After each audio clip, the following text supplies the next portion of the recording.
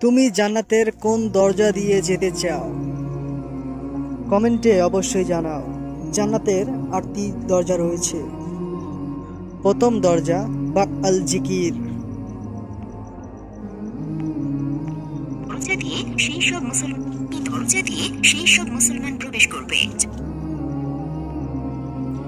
এই দরজা দিয়ে সেই সব মুসলমান প্রবেশ করবে যারা আল্লাহ তাআলার জিকির করে।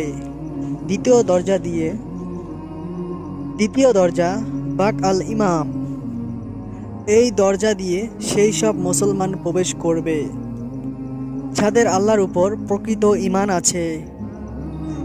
তৃতীয় দরজা বাব আল কাজিমিন। এই দরজা দিয়ে সেই সব লোকেরা প্রবেশ করতে পারবে যারা রাগকে নিয়ন্ত্রণ করে এবং অন্যদের ক্ষমা করে। চতুর্থ দরজা আল হজ।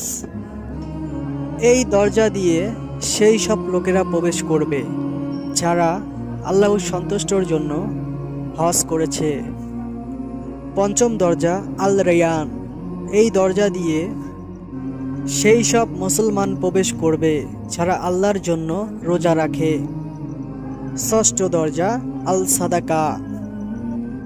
এই সব দরজা দিয়ে সেই সব লোকেরা প্রবেশ করবে যারা আল্লাহর জন্য দান খয়রাত করে।